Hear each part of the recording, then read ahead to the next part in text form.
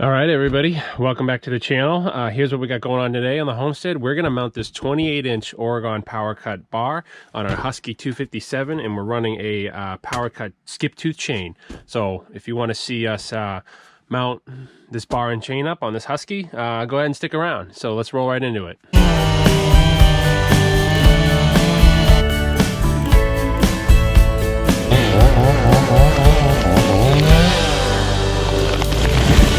Okay, so here we go. So first thing we're going to do is our adjuster here. We're going to get this pretty much all the way back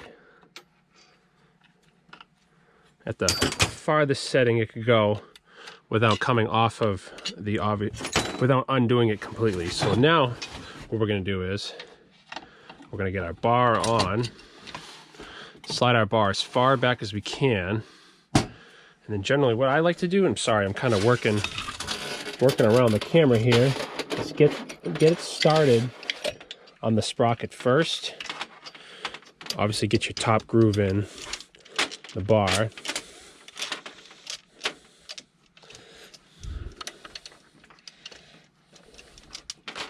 Try to get your top and bottom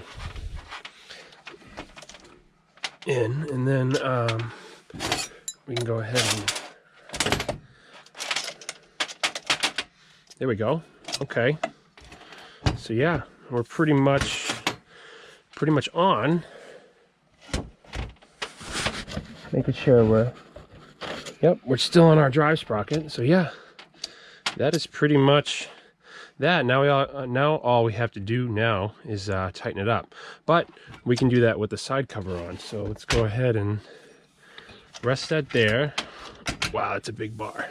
We can go ahead and put our side cover back on. Sorry, I bumped you guys there. Go ahead and put our side cover back on. Put our bar nuts on. Again, if you watched the unboxing video in the last video, maybe you didn't, but let me know the biggest bar and chain. I mean, if you answered me in the last video, you don't have to obviously answer it again, but I want to know the biggest bar and chain that you've ever ran on and what cc saw.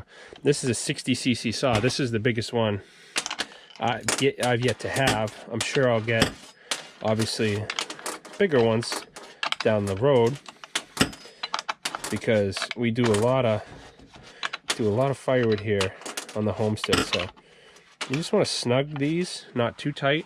And then what we're going to do is with the longer bar, you see how our chainsaw bar moves a little bit? You want to have that bar all the way up. So there's two ways to do that. You can either hold tension on the saw here, pull up. I'm pulling up with my left hand now, so that's putting tension on that. And then we're just going to reach over. Hopefully I don't block the camera out. I might. Let me see if I can readjust you guys. All right, so we're going to readjust you guys here. Again, we're going to pick up on our bar and we're going to tighten our adjuster. Actually get a regular screwdriver. A little bit easier to get in there than the bar wrench. So we're going to pick our bar up and then take up our slack.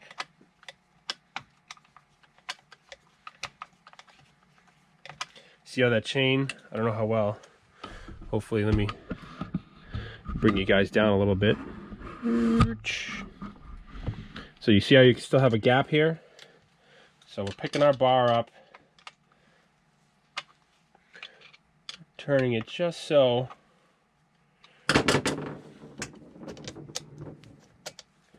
it's a little bit snug. So we're going to start with that. And then you tighten, obviously, your bar nuts down.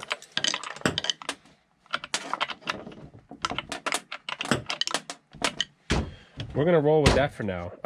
This chain's going to loosen up anyways, being a brand new chain. So let's go ahead and reposition you here real quick. All right. How does that look? After that, you just want to make sure that no kinks, everything moves fine. As you can see, now that we moved it a little bit, we got a little bit more tension. So let's go ahead and loosen the bar nuts and snug it up a little bit, and then I think we'll be good to roll with this thing. That thing is wild. This is gonna cut some serious wood. But I'm gonna show you how I break in new chains on a chainsaw bar.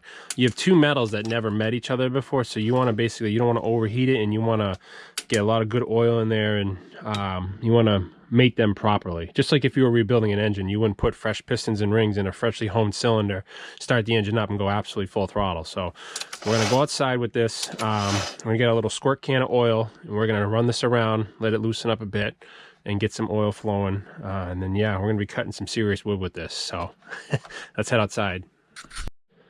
Real quick, one thing I forgot to mention, turn your oiler up. And I'll add a note in the beginning of the video too. If you're going to run a longer bar, your preset oil settings, like this saw is preset for an 18-inch bar. We have another 10 inches of bar. So we turned our oiler up. The adjustment's usually under the cover on most saws. So make sure, just wanted to point this out there. My good friend Steven, you see him in the comments all the time, Rhodesian Ridgeback there, Steven, he pointed this out to me when we were talking about bars a while ago, that if you run a longer bar, make sure that you turn your oiler up. So thank you, Steven. I know you'll watch this video, so I'm sure I'll see your comment below. But anyways, make sure you turn your oil up, which I already did. So let's go outside. And we got our little squirt can here. We're going to run this, spray some oil on it, really kind of break it in nice before we go whaling on it.